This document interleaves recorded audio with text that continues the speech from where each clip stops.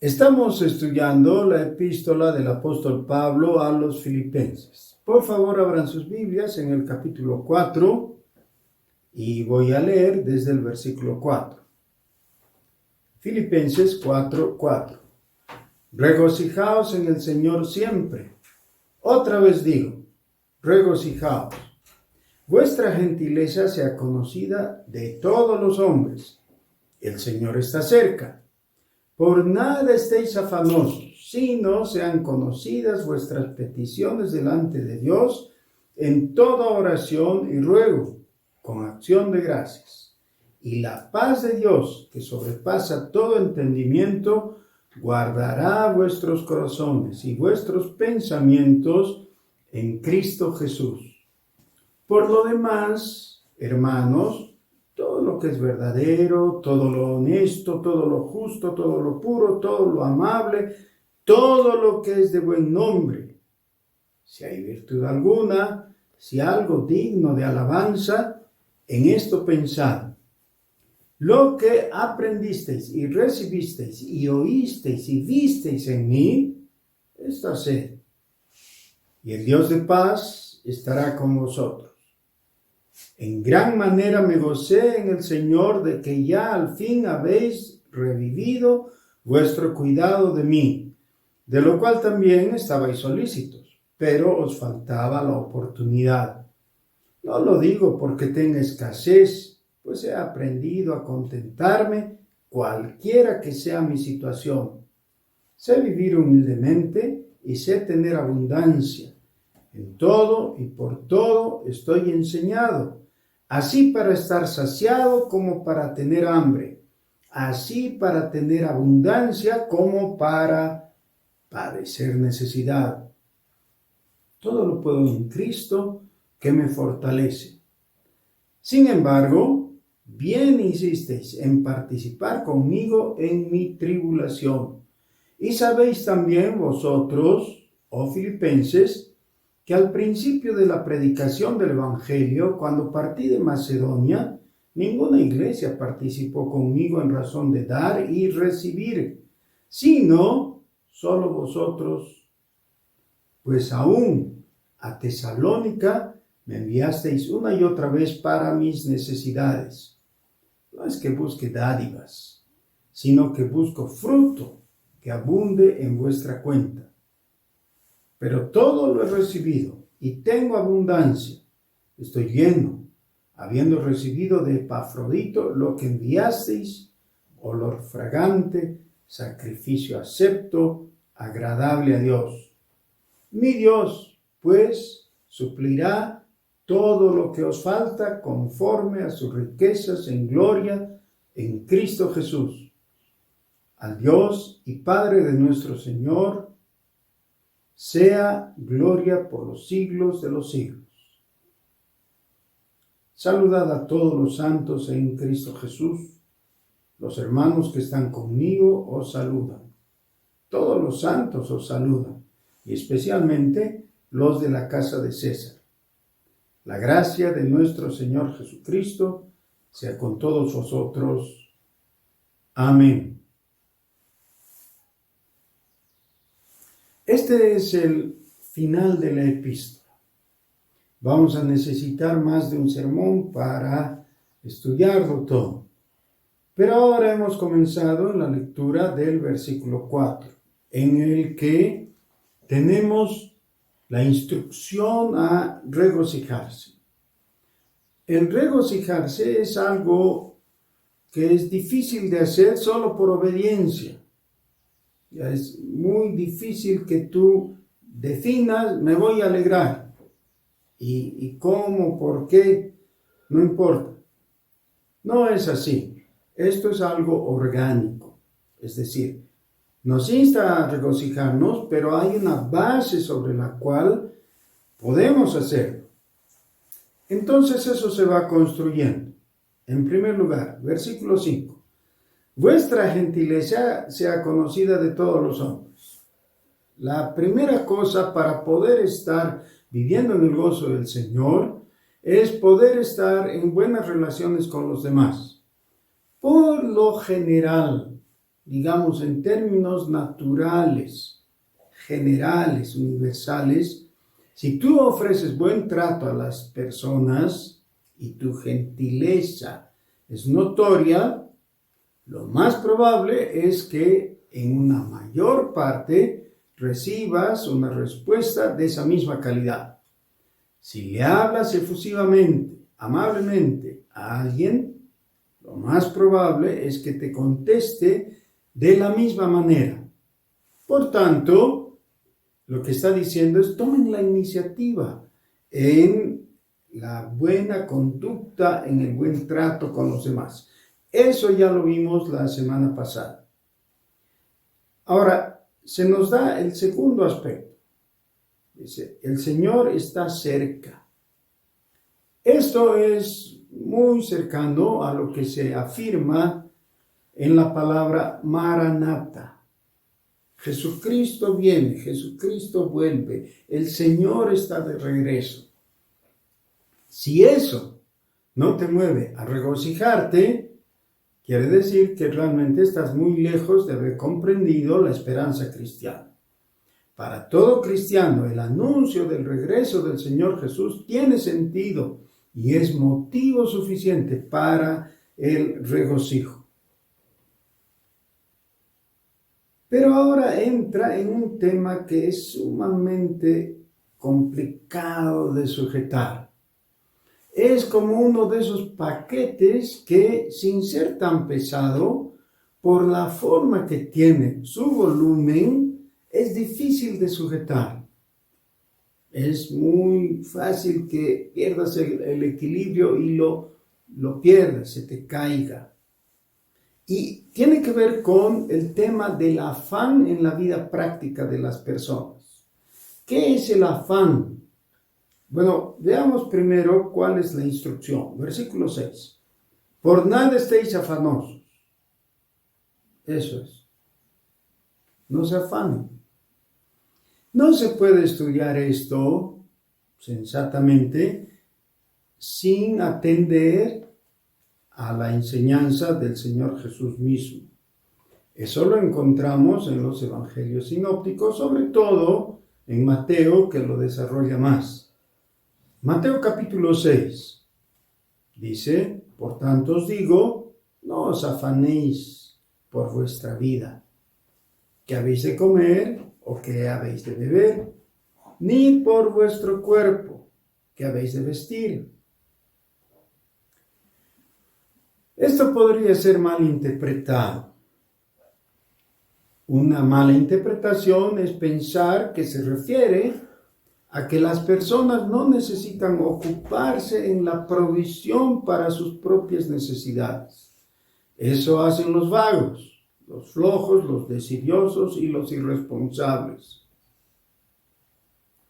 ¿Qué van a comer mañana tú y tus hijos? No sé. Claro, como hay alguien más que otras veces se ocupa, entonces tú puedes darte de confiado. Estar confiado y de esta manera vivir abusando del empeño de las otras personas no es lo que está mandando el Señor. ¿Qué es lo que está diciendo exactamente el Señor? Dice que no estemos afanados. Y el afán es un estado subjetivo, un estado del corazón. Es esa preocupación que te quita la paz y que te lleva a estar en un continuo estado de sobresalto, de zozobra, de angustia y desconfianza. ¿Qué va a pasar mañana? Bueno, ¿qué estás haciendo respecto a eso? El afán es el símbolo de la preocupación. La ocupación no es el problema, la preocupación es el problema. Es decir, muchas veces el preocupado no está ocupado. La persona que trabaja haciendo algo está ocupada. La preocupada está solamente en su mente, en sobresalto y en afán. Ese es el problema. El afán lo que implica es la falta de fe en el Señor. ¿Por qué no debiéramos estar afanados? Porque debemos pensar que quien realmente tiene solución a nuestras preocupaciones o necesidades es el Señor. Entonces no hay que hacer nada. No, ya lo dije, claro que hay que hacer. Hay que ocuparse, pero en el tiempo debido y en la forma correcta. El día del trabajo hay que salir y trabajar. En el día de la cosecha hay que ir a la zafra. Hay que ir y trabajar, y a veces hay que trabajar muy duro. Sí, porque es el tiempo oportuno. De ninguna manera el Señor Jesús está enseñando la negligencia o el ocio. Hay tiempo para descansar, pero hay tiempo en el que hay que trabajar. Pero no es lo mismo trabajar mucho y que estar muy afanado. Entonces, la instrucción del Señor es: no estén afanados por aquello que consideras totalmente legítimo, como la comida o la bebida. ¿Por qué? Porque al fin de cuentas hay cosas en las cuales tú no puedes hacer nada para cambiarlas. Por ejemplo, añadir algo a tu estatura o mejorar de un salto en tu condición económica. Aún aquello en lo que tú no puedes hacer, Dios puede hacer. Puede hacer que tú luzcas mucho más elegante que Salomón. Ese es el ejemplo. Los lirios, dice, no hilan, no trabajan, pero se visten en la forma más elegante posible. Ni siquiera Salomón se vistió así. Ustedes son más importantes para Dios que los lirios del campo. Eso es lo que está diciendo. Dice: los gentiles buscan todas estas cosas, pero vuestro Padre sabe de qué tenéis necesidad. Este es el corazón del Sermón del Monte. Ahí está.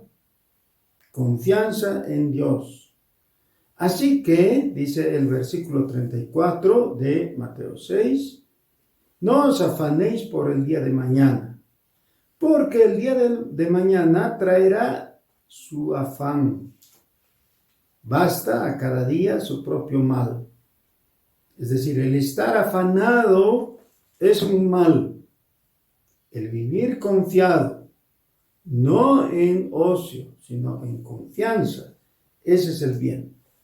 Ahora, volviendo a Filipenses, eso es lo que el apóstol está reiterando. Dice: no estéis afanosos.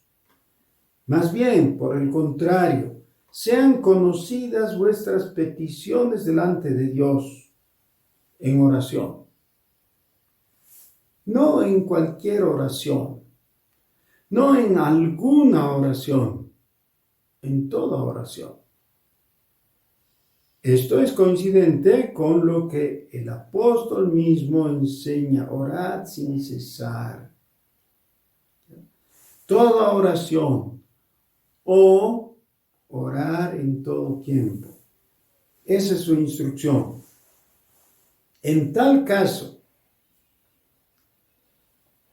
al orar y estar seguros de que hemos sido escuchados por Dios, viene la confianza. Y eso se expresa en acción de gracias.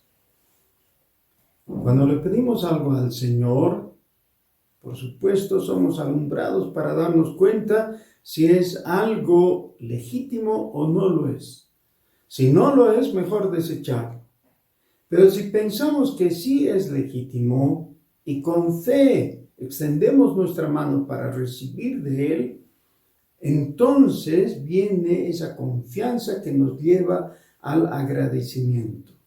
La acción de gracias es de suma importancia. Miren, no dar gracias a Dios es el segundo paso en la caída descrita en Romanos capítulo 1. El primero es no glorificar a Dios. El segundo es no darle gracias. Necesitamos aprender a darle gracias, porque eso va a expresar un corazón agradecido, que es lo correcto, es lo que ama a Dios. Necesitamos tener un corazón agradecido todo el tiempo para con Dios. ¿Quién gana con eso? ¿Dios? Claro que no. Nosotros ganamos. ¿Cuál es el premio? Versículo 7 del capítulo 4 de Filipenses. Y la paz de Dios, que sobrepasa todo entendimiento, guardará vuestros corazones y vuestros pensamientos en Cristo Jesús. Dice el libro de Proverbios, sobre toda cosa guardada, guarda tu corazón, porque de él mana la vida. Guarda tu corazón. Somos responsables nosotros mismos de guardar nuestro corazón. Veamos qué significa eso. El Génesis nos cuenta la historia de José. José llegó a ser el gobernante en la casa de Potifar, el administrador. Todo estaba en su mano. Él gozaba de la plena confianza de su señor. Pero un día la esposa de Potifar se le ofreció. Quiso seducirlo. ¿Cómo es que José logró resistir a esa tentación? ¿Por qué lo hizo? ¿Cómo? Había guardado su corazón. ¿Cómo sabemos eso? Él le dice, todo ha sido dado por mi amo y está en mis manos, menos tú eres su esposa. ¿Cómo podría yo fallarle a Dios y a mi amo? ¿Qué estaba haciendo? Está evidenciando que su corazón está guardado para Dios. Pero ¿dónde se guarda el corazón para Dios? En Cristo Jesús. Eso es lo que dice el versículo 7. Vuestros corazones y vuestros pensamientos en Cristo Jesús. ¿Cómo es que se produce esto? ¿Cómo se logra esto? Y no hay fórmulas sencillas y no se trata de fórmulas mágicas. Hay algunas personas que creen que por las declaraciones místicas que se hacen hay algún efecto. Entonces dicen, me cubro con la sangre de Cristo, o me cubro con el manto de Cristo, o cosas de ese tipo. Eso es magia. No tiene ningún sentido y no hay ejemplo bíblico al respecto. Por supuesto, no hay mandato. Cuando el Señor nos manda cubrir nuestras cabezas con el yelmo de la salvación, significa lo que está explicando aquí. Es decir, Efesios capítulo 6 halla su pasaje paralelo y explicatorio en lo que tenemos aquí en Filipenses capítulo 4. ¿Qué dice? Hermanos, por lo demás, todo lo que es verdadero, todo lo honesto, todo lo justo, todo lo puro, todo lo amable, todo lo que es de buen nombre, si hay virtud alguna, si algo digno de alabanza, en esto pensad.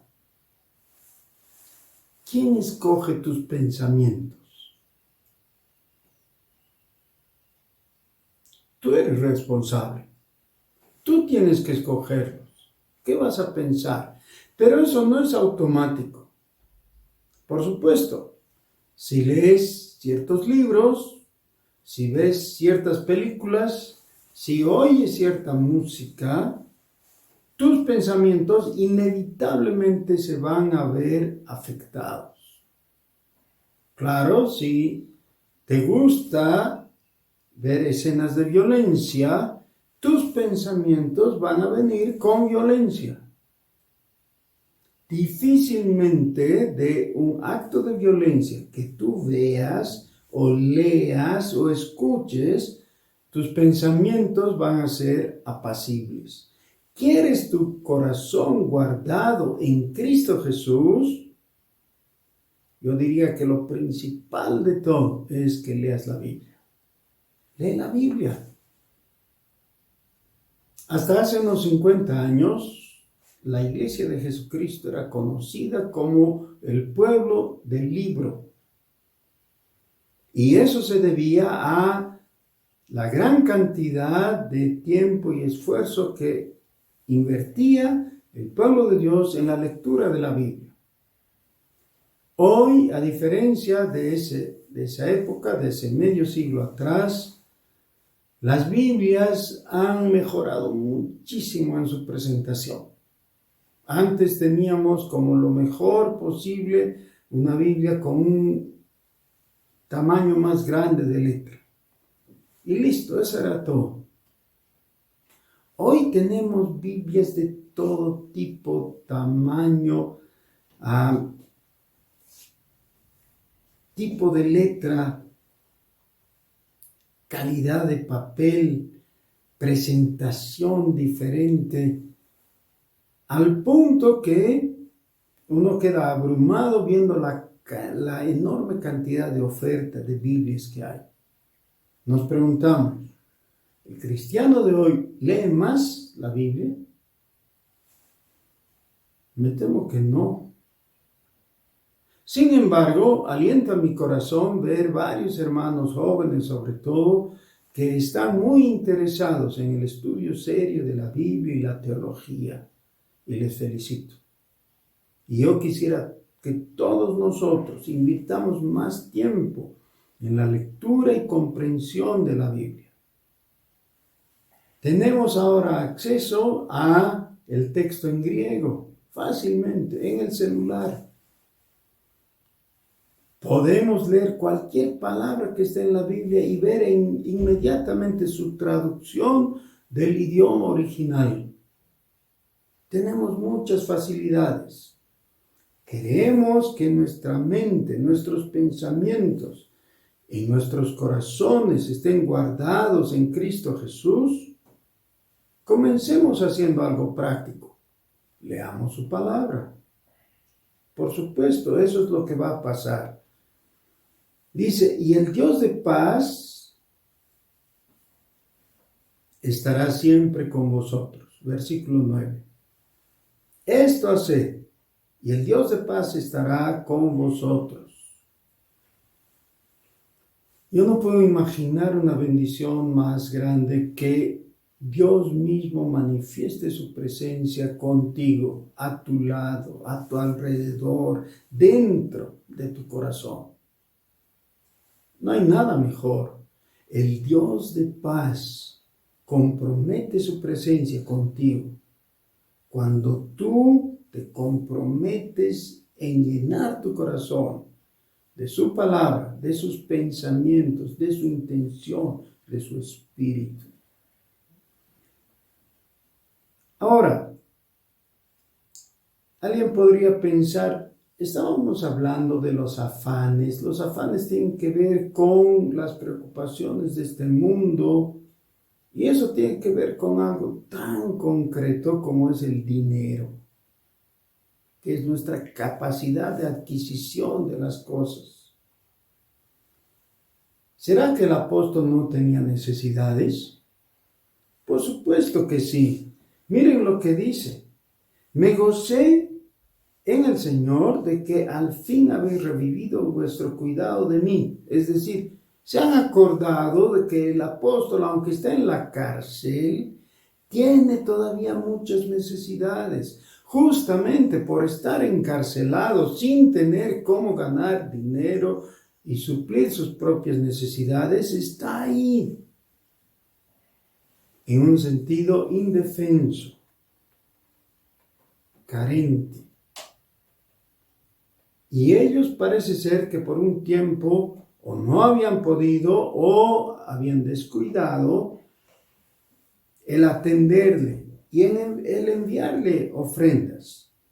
Dice él, no lo digo porque tenga necesidad o escasez, pues he aprendido a contentarme cualquiera que sea mi situación.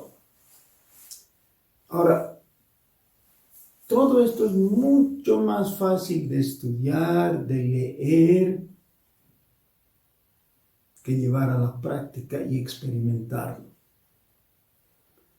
La realidad es que todos nosotros tenemos un límite en el aguante que podemos tener respecto a las necesidades materiales. Hay personas cuya expectativa es demasiado alta y entonces pueden ir bajando. Y pueden ir bajando mucho, pero siempre hay un límite. Y ese límite podría ser el hecho de que alguien diga, pero necesito comer cada día. Es mucho pedir que cada día tenga una ración de comida.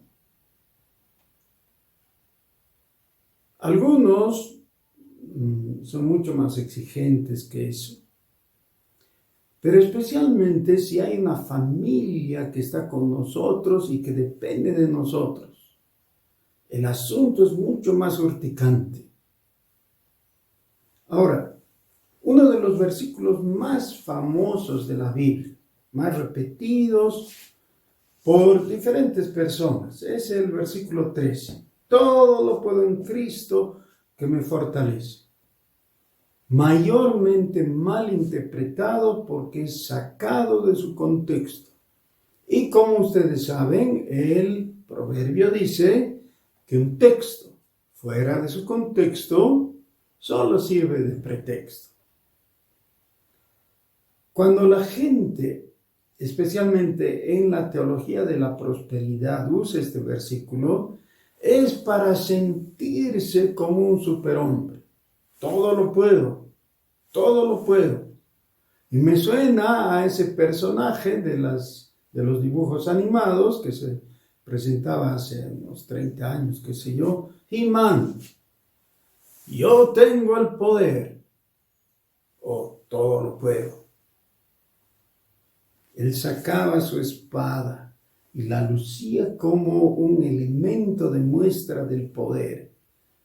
Y algunos cristianos quieren asemejarse a He-Man y decir, yo tengo el poder, todo lo puedo en Cristo que me fortalece. No está diciendo en ese sentido. Está diciendo en el sentido poco simpático de que puedo adaptarme a las circunstancias negativas de carencia o de necesidad. Eso es lo que dice. Sé vivir humildemente y sé tener abundancia. En todo y por todo estoy enseñado, así para estar saciado como para tener hambre, así para tener abundancia como para padecer necesidad. Las personas a las cuales les gusta hablar del ayuno, en muchos casos lo que les gusta es hablar del ayuno. Discutir sobre el ayuno no tiene mayor sentido. Les gusta hablar del ayuno, pero no les gusta ayunar realmente. Pero aún el ayuno ritual, del cual la Biblia no tiene mandato a no ser por el día de la expiación, una vez al año, en la ley para el Antiguo Testamento, era una cosa que ahora no mueve hacia adelante ni un milímetro tu estado espiritual. El ayuno no es un mandato del Señor en la Biblia, más bien hay una crítica constante con el ayuno. Sin embargo, cuando alguien ayuna porque no tiene que comer, no tiene forma de suplir la necesidad, cuando alguien está en esa situación, ahí es cuando se puede ver que realmente su grado de espiritualidad es genuino o no. Porque en medio de ese estado terrible de necesidad, da gloria a Dios. A nosotros mismos nos ocurre que si no hemos comido a nuestra hora en el día, nos viene una especie de mal humor. Estamos muy dispuestos a dar una respuesta ríspida a la persona que está con nosotros. Nuestra gentileza deja de ser visible o conocida. Solo por haberse atrasado un par de horas nuestra comida. Todo lo puedo en Cristo que me fortalece, dice el apóstol, respecto a enfrentar la realidad de necesidad terrible. Pero algunos, cuando viven o están o experimentan, cuando enfrentan necesidad, pueden prenderse de la mano del Señor. El problema es cuando tienen abundancia. Fácilmente se sueltan y quieren andar por su cuenta. Lo que está diciendo el apóstol aquí es lo contrario. Dice, tengo ya desarrollada esa capacidad de enfrentar la necesidad, pero también la abundancia. Dice en el versículo 12, sé tener abundancia. En todo y por todo estoy enseñado. La paz de Dios, que sobrepasa todo entendimiento, guardará vuestros corazones y vuestros pensamientos. El Dios de paz estará con vosotros. Oremos. Señor nuestro, reconocemos que muchas veces nuestra realidad está muy lejana de nuestra teoría. Te pedimos perdón y te pedimos que tú nos des la gracia de apreciar la situación que estemos enfrentando, de dificultad o de bonanza, de necesidad o de abundancia. Que de una u otra forma estemos prendidos de tu mano, que estemos nutriendo nuestro intelecto y nuestro corazón con la palabra de Jesús, y que la realidad de tu paz en nosotros sea visible para todos los hombres. En el nombre de Jesús. Amén.